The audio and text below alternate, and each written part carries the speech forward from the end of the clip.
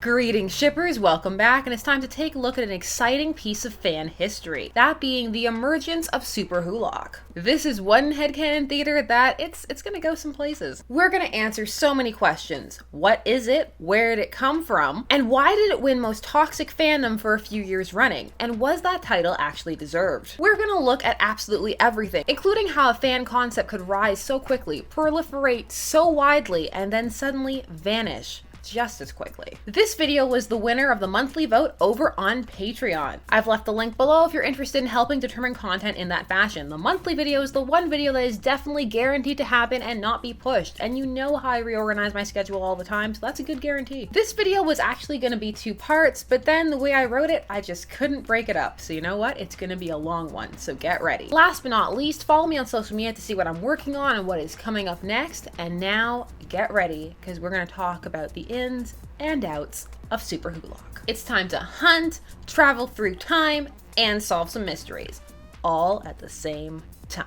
So just what is SuperWhoLock? Well, as the name would suggest, it is a massive crossover universe between the fandoms of Supernatural, Doctor Who, and Sherlock. Starting off as a relatively simple endeavor, the fandom ballooned until SuperWhoLock was/is a massive interconnected network bringing in multiple side characters, multiple doctors, and combining many plot lines until it was a juggernaut of fandom onto itself, with its own internal rules and fanons. In fact, SuperWhoLock became its own separate fandom independent of the 3 mega fandoms, even though based on its nature, it was forever connected to them. It even at times spread past this, absorbing even more fandoms into the mix, such as the Avengers, though those were variations and not the core of SuperWhoLock. It could also be divided up into sub-crossovers, such as SuperWho or WhoLock, if the fan felt that only a couple of the elements were likely to combine. But just what was it that brought all of these fans and fandoms together in the first place? Well, rather than being linked to a single event, the evolution of SuperWhoLock seems to have come about as a kind of perfect storm, everything aligning in the right place at the right time, or the wrong time for those who are SuperWhoLock detractors. The phenomenon is first noted under the tag of SuperWhoLock in 2011, though it most likely was floating around before, but was perhaps not tagged. It is also important to note that SuperWhoLock was predominantly a Tumblr phenomenon, which is important as it is part of how the fandom was able to proliferate so quickly and become so embedded in many different arenas, because of Tumblr's rapid-fire reblog format and tagging system, allowing the idea to be reblogged and reshared quite rapidly. But to take it a step even further back, why was this crossover conceived of in the first place? Well, in late 2010 and early 2011, all of the series in question were experiencing fandom highs in terms of popularity, especially when it came to fan activity, particularly that of a transformative variety, that being fics, vids, art,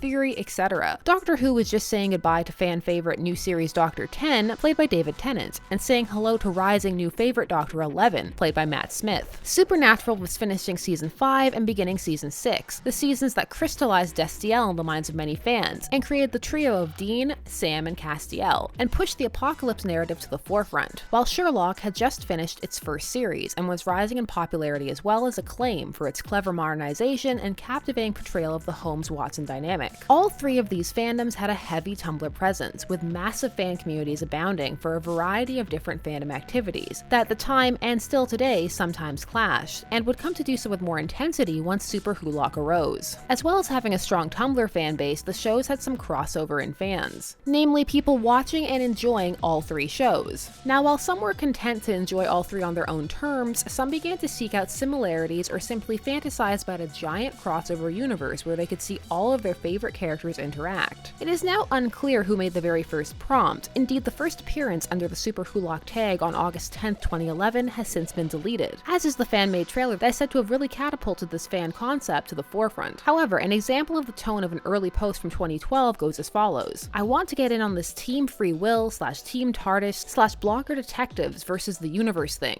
because I love crossovers. The SuperWhoLock tag first appeared on AO3 in August of 2012 on the 22nd, and the phenomenon quickly spread, especially on Tumblr, with blog after blog popping up. Ask SuperWhoLock, SuperWhoLock, yeah, SuperWhoLock, and posts abounded with more and more fans jumping on board, adding to the headcanon. At this point, the fandom's preferred fan material came to the foreground, that being GIFs. SuperWhoLock thrived on creating man-up GIFs showcasing the various characters interacting in a variety of fandom scenarios. On the fic side, the narratives often featured some world-ending calamity, something large enough to warrant these three universes converging as one. However, as the fandom grew, more and more fics became possible, from HC to fluff to domestic to AUs within AUs. The fandom's ability to diversify led to a wealth of different scenarios being produced, and the visual-heavy slant led to a creative upsurge, with people being able to push their editing skills, their Photoshop skills, their world-building skills, and more. With the fandom often going by the moniker the crossover you didn't know you needed, because like many crossovers, it had that inherent ability to be something that not many people had thought of, but once they heard of it, they simply couldn't forget it. The fandom seemed to have it all, though it did always have less fics than other works, as the fandom was easier to illustrate visually, such as through fan vids, the aforementioned GIFs, and even YouTube fan-made productions. However, while all of this was occurring, the fandom was also amassing an extremely negative reputation, to the point where the fandom was actually crowned most toxic fandom a few years running, before it was dethroned by Steven Universe. So what happened? What made the fandom so toxic? And was it actually as toxic as everyone thought? Seeing as how this fandom has largely died down, or rather slowed, it is now possible to look back and examine just what exactly occurred, so let us chart the course of the troubles in SuperWhoLock. To start with, it must be noted that this fandom sprung up fast, and to many fans seemingly out of nowhere. While some fans were attempting to forge connections outside of just loving crossovers, such as Doctor Who and Sherlock sharing a creator, or actors who had crossed between shows, a show running on the same network, or even just the inherent constant crossover potential in Doctor Who, other fans were perplexed. As must always be noted, there are many people who do not enjoy crossovers, who do not find them feasible, and even were they to be possible, find them gimmicky and not worthy of people's time, as they tend to distract from the main narrative. As it pertained to these three fandoms, many fans felt that thematically the shows had little in common, different genres, and maybe some overlap in tone, but not enough to justify how rampant enthusiasm for this crossover was. However, Auntie's complaints ran much deeper than this. For one thing, many SuperWhoLock fans had a habit of spamming, that being posting GIF after GIF on any post related to any of the fandoms, meaning that if someone was in a Supernatural blog talking about, say, an episode, they could suddenly find themselves trapped in a giant reply-reblog chain full of nothing but SuperWhoLock. This was quite irritating for fans who did not enjoy this crossover, or even if they didn't mind it, did not want it to invade their tag, as some wanted to enjoy the shows separately, and even if they were fans of all three, still wanted some distance. And if they were not fans of all of them, it could be irritating to see characters one had no affinity for, or in some cases clips of a show they didn't even like. In short, many wanted SuperWhoLockians to stick to their own tags. However, some of these fans got so caught up in how exciting they found this crossover universe they wanted to share it with everyone, even places it was not welcome. And for some fans, there was an air of pride over how creative this crossover was, and how much effort it entailed to mesh the three worlds and come up with scenarios, which some other fans took as them being told that they were uncreative or boring if they did not like this crossover, and that is only the mildest of hurt feelings on both sides. On top of cross-posting where many felt they did not belong, SuperWhoLock managed to post in blogs that were not involved in what is often viewed as the fangirl side of fandom, so named for the activities that take place in this side of fandom rather than the gender moniker attached to it. These activities being shipping, following actors closely in behind-the-scenes interviews, and at cons, writing fic, creating art, and other activities that require the fan to expand upon the fandom, often outside of canon with great enthusiasm. These are not activities all fans enjoy. Fandom is not a monolith, and there are some fans who actively shy away from this side of fandom and would not even consider themselves a part of fandom as they believe that those activities are all it contains. These fans are more interested in enjoying the canon, world building within a framework, and often investing in other aspects such as history or sometimes societal implications, although there can of course be overlap. As a result, many of the problems that some subsets of fandom had with fangirl culture in general came to the forefront when they were confronted with SuperWhoLock, which presents many of the facets people deem problematic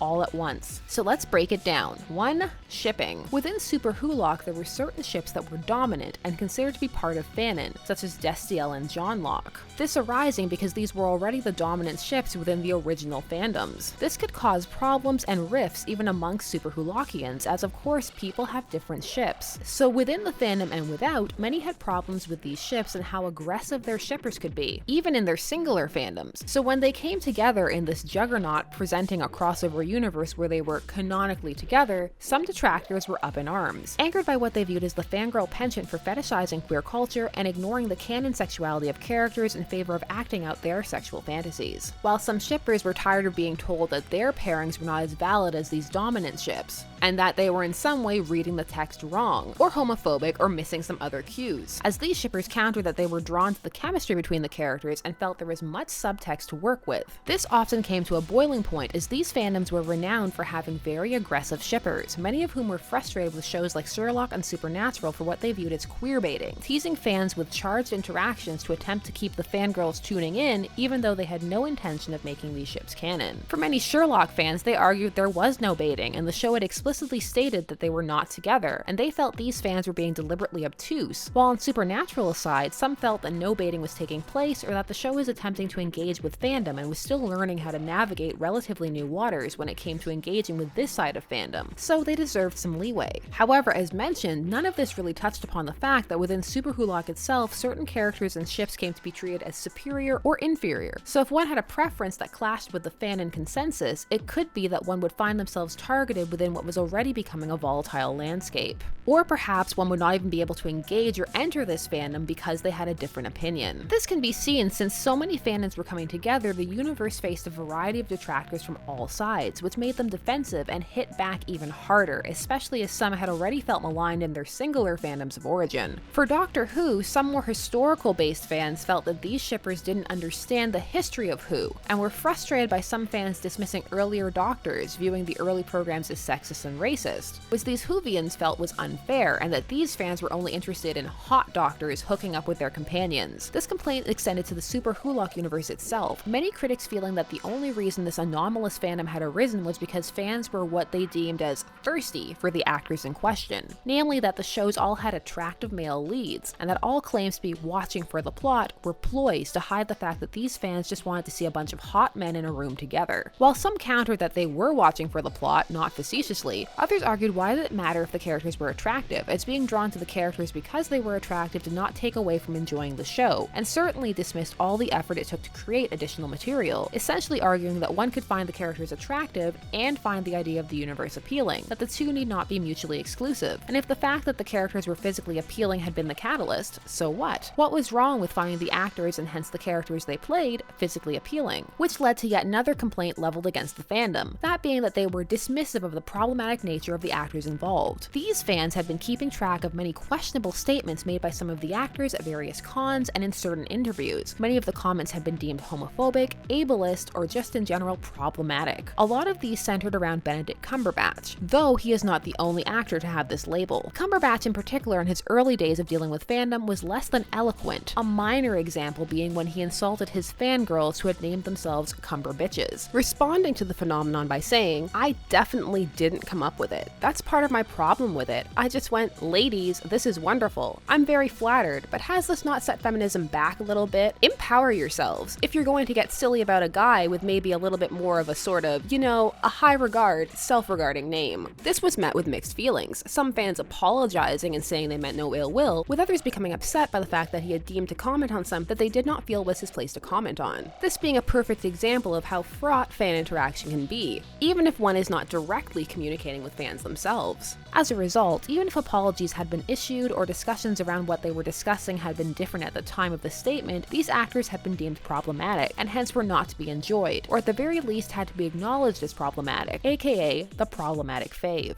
Meaning that in essence, one had to apologize for liking them or their work, as it was in a sense tainted by some of their statements, which some fans felt highlighted their entire worldviews, meaning that fans of SuperWhoLock were side-eyed for statements such as, "I just love SuperWhoLock," as some felt that since they deemed so many of the actors who were part of this universe problematic, the crossover itself was problematic. However, this was then countered with actors are not their characters, and the characters should not be punished or become less enjoyable because of the statements made by an actor, although some also argued that they cannot help the reaction they have once these statements are made. Another factor entering into this was that not everyone had access to all interviews, so had not seen, read, or heard everything in question. Also, some statements were taken out of context or misinterpreted, be it deliberately or by honest mistake. Also, some felt that many of the things weren't actually problematic, as there are as always many worldviews. Others pointed out that fans in general tend to speak in hyperbole, and just because one effuses over a fan concept does not mean they are unaware or dismissive of the problematic elements. However, speech, or rather phrasing, continues to be an issue for this fandom. Some took offense to the fact that fans referred to themselves as crazy for liking SuperWhoLock, viewing that as ableist and insulting to those with mental illness, wondering why the fandom was equating itself with real-world issues that caused many a lot of struggle and heartache. To which fans countered they were using the term not only as a figure of speech, but as an attempt to be self-deprecating, as they acknowledged that many found the concept odd and did not like crossovers in general, and so felt attacked as they had been trying to be deferent. All in all, this often led to a dismissive tone of many SuperWhoLock fans, beset by so many concerns they ignored all, and in some cases became quite aggressive in defense of their fandom, and sometimes even engaged in coordinated spamming attacks, as well as active belittlement of antis and even average fans who were in no way involved. This could even result in some of the sub-fandoms being buried, and even some headcanons or fanon theories being pushed to the wayside. Not to mention an aggressive tone that could lead to some joining this fandom out of spite or getting overly prickly, seeing slights everywhere even when nothing was meant. This spilled into the real world as well, as SuperWhoLock,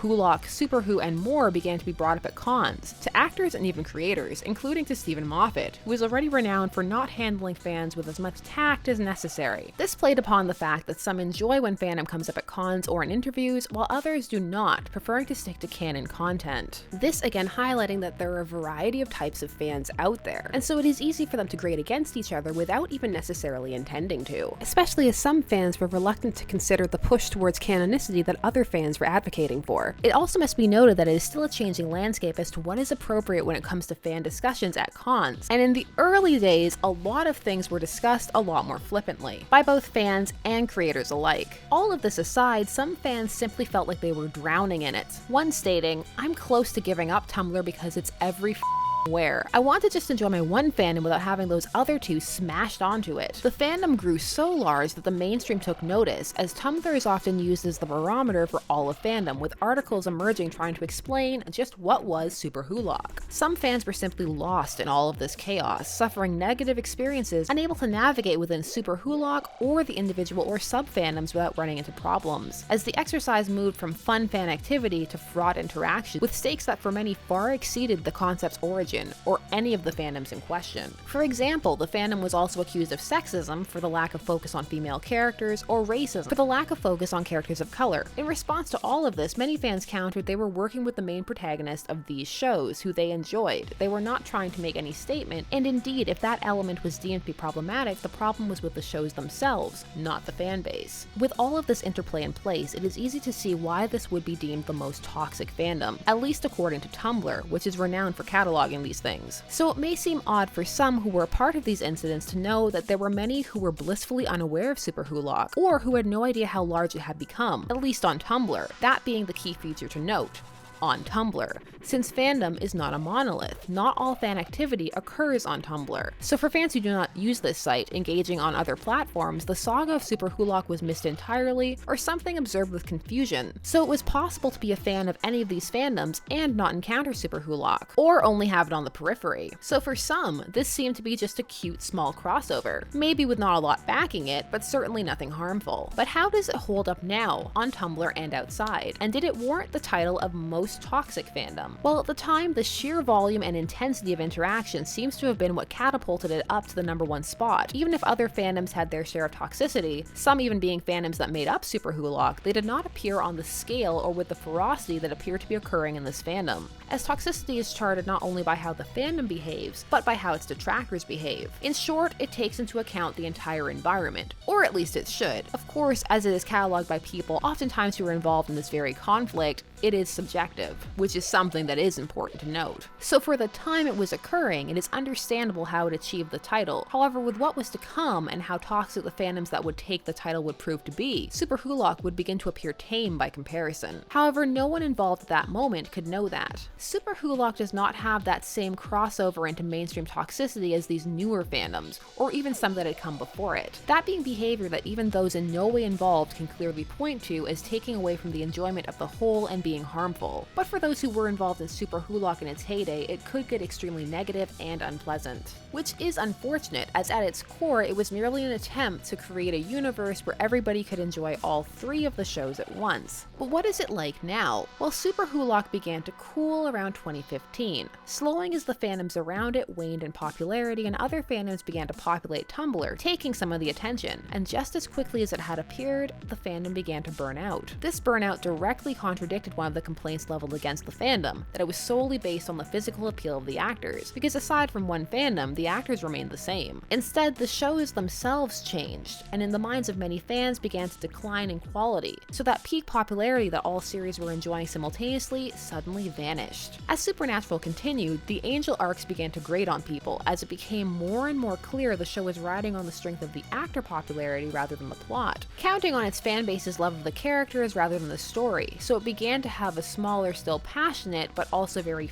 focused fanbase. It also began to take more and more turns into the odd and the self-indulgent and the meta. Doctor Who began to be critiqued for its writing and tone, and many fans were not happy with the choice of Capaldi as the new Doctor, especially following Tennant and Smith, and some simply began to lose interest in such a long-running show, unused to the Who format, as there had been quite the gap in production between modern Who and classic Who. Sherlock, once lauded for its writing, began to be accused of self-indulgence and poor pacing, as well as a loss in focus on what had made people enjoy the show in the first place. On top of that, there began to be long gaps in production as the lead actors procured other roles that prioritized their attention, pushing Sherlock to the wayside. All of these changes facilitated a drifting of fans in general, so something as niche, even if it may not have seemed niche at the time, had a hard time surviving when the many factors that had allowed it to flourish in the first place began to vanish one by one. Most fans are fans of what is happening at the moment. Few fandoms sustain huge fan bases after the source material ends, and even if they do, how the fans interact tends to change. And the same can be said for arcs and moments. While many fans still love Tennant's Doctor, for example, not as many people will produce works for him as frequently, unless they are going through it for the first time or involved in some kind of rewatch. However, few are going through who are going to be enjoying all of these pieces at the exact same moment that they all came together. In short, watching Supernatural Season 5, Sherlock Season 1, and Doctor Who right at the transition period. SuperWhoLock was very much of its time, a result of a burst in fanbase enthusiasm and excitement, not just for these works, but for the power of fandom in general. The early 2010s were an exciting time for fandom, especially online fandom. Tumblr had begun to update its interface, beginning with the evolution of the dashboard, a feature that many users now take for granted, the era before often known as dashboardless Tumblr. The very evolution of this new interface that was so exciting was also what made so much what came to be deemed as spam possible. So too did the navigation of tags and tagging, as tagging etiquette has very much changed, with it now being extremely frowned upon to tag incorrectly, and people being much more mindful of tags in general. On top of that, fandom was finally beginning to organize online and be less frowned upon in general, and shows such as Supernatural were acknowledging this side of fandom like never before. This gave encouragement to fans that they were being not only heard, but valued, so it made many fans bolder, not only in the amount they created, but in sharing it with others and creators. Entitlement, while present as always, was morphing, not yet what it again would become, as people took a bit to accustom themselves to new modes of sharing, as so many things shifted. Fanfiction.net losing popularity, Archive of Our Own rising, LiveJournal also slowly falling. Fandom is not one thing, it is made up of many parts and many people, and it, like the fans themselves, is traveling along a journey. Looking back, it is amazing that SuperWhoLock happened at all. Many prompts are made daily, and not all of them take off. And it is fair to say that a lot of people maligned the concept of SuperWhoLock much more harshly than was needed, as looking back on the fan-made trailers and GIFs made clear, for the most part, no ill will was meant. Indeed, the intent to have a good time and to explore these fandom concepts and what can be done with the crossover is quite clear, playing with characters, scenarios, pairings, plot points, and more. So in many cases, the fandom was often mocked, misconstrued, and misrepresented. Indeed, the environment and sheer volume was what led to most provocations. The fact that it was so large also led to some trolls zeroing in on it, that meaning that they would pose as SuperWhoLockians or as antis to trigger the fandom. This not for any other reason except that it existed, and because they found it amusing. In some arenas, this made it seem like the fandom was much more fraught than it actually was. However, that does not detract from the awful experiences some fans had in their interactions surrounding this endeavor. And yet, it is also understandable why many looking back on it are now confused as to how it got so out of hand in the first place. For what remains of SuperWhoLock is largely the fan products, not the drama. Though of course the blogs still exist, many of the interactions that were so charged have been buried, lost to time, or for some losing their sting, while others will never be able to enjoy this crossover because of their experiences. What is also intriguing is that while posts have dwindled on the pro and anti side, what is left has revealed in some cases where the strong feelings came from, be they positive or negative. For example, this firmly anti-blog is now full of posts about how frustrating fandom is in general and how fans ruin all material with their shipping and additional non-canon material. SuperWhoLock appears to have been a lightning rod for many issues, highlighting many fans' problems with fandom itself, shipping, posting, and much more. However, there are those who look back on it with fondness, or new fans who were intrigued by this crossover and find it cute and entertaining. And in many ways, it is much easier to explore the fandom now that it is less popular. Without all the fervor surrounding it, it is much less emotionally draining and easier to simply explore the creative points. And there are some who are eager to add many of the new canon elements and new characters to this crossover, feeling that they can enrich it in that way. Or others who are simply more intrigued by working through some of the fanon pairings or smaller elements of the fandom that can now be pushed into the foreground. While fandom can rally, it is unlikely SuperWhoLock will ever be what it once was, and many will always ponder just why it got so popular. Though for many, it will become a fascinating fandom moment, a showcase of what can be accomplished creatively when fans all rally behind an idea. SuperWhoLock also embodies an important thing for fans to remember. Nothing is forever. While SuperWhoLock may have seemed all-encompassing, like all things in fandom, it passed. So if one ever finds themselves trapped in a toxicity-filled fandom, take comfort in the fact that it won't last forever. Although, as sometimes it does last the duration of the most popular part of fandom, some fans lament the opportunity to participate in a fandom zenith without confrontation. Fandom can be fundom, but it sometimes takes a concerted effort in order for that to happen. What was your experience with SuperWhoLock? Did you like it? Did you hate it? Did you miss it? What do you think of it as a crossover? Share all of your stories, good and bad, down below. I want to hear everything. This video was really interesting to research. It's really interesting how a crossover between Supernatural, Sherlock, and Doctor Who could end up being more drama-filled and potentially wincest. I hope you enjoyed. I hope you made it to the end. I know this one was a bit longer, but it was an interesting trip down memory lane. I don't know, I feel like ideas flow really well when they all go in one thing. I always find that breakup into 2 or 3 parts awkward. Maybe that's just me, but I just like things in one chunk. Thanks so much as always for spending some time shipping and exploring fandom with me, and I will see you guys soon, and let's get to that outro. Bye-bye. This has been Shipper's Guide to the Galaxy. Thanks so much for watching. Don't forget to like, share, comment, and subscribe. Special thanks to all of my patrons for voting and helping support the show. At this time, you can still go and vote for this upcoming month's video, so please hop on over there and do that. As always, thanks so much for watching, and please stay tuned, for there are as many ships out there as there are stars in the sky.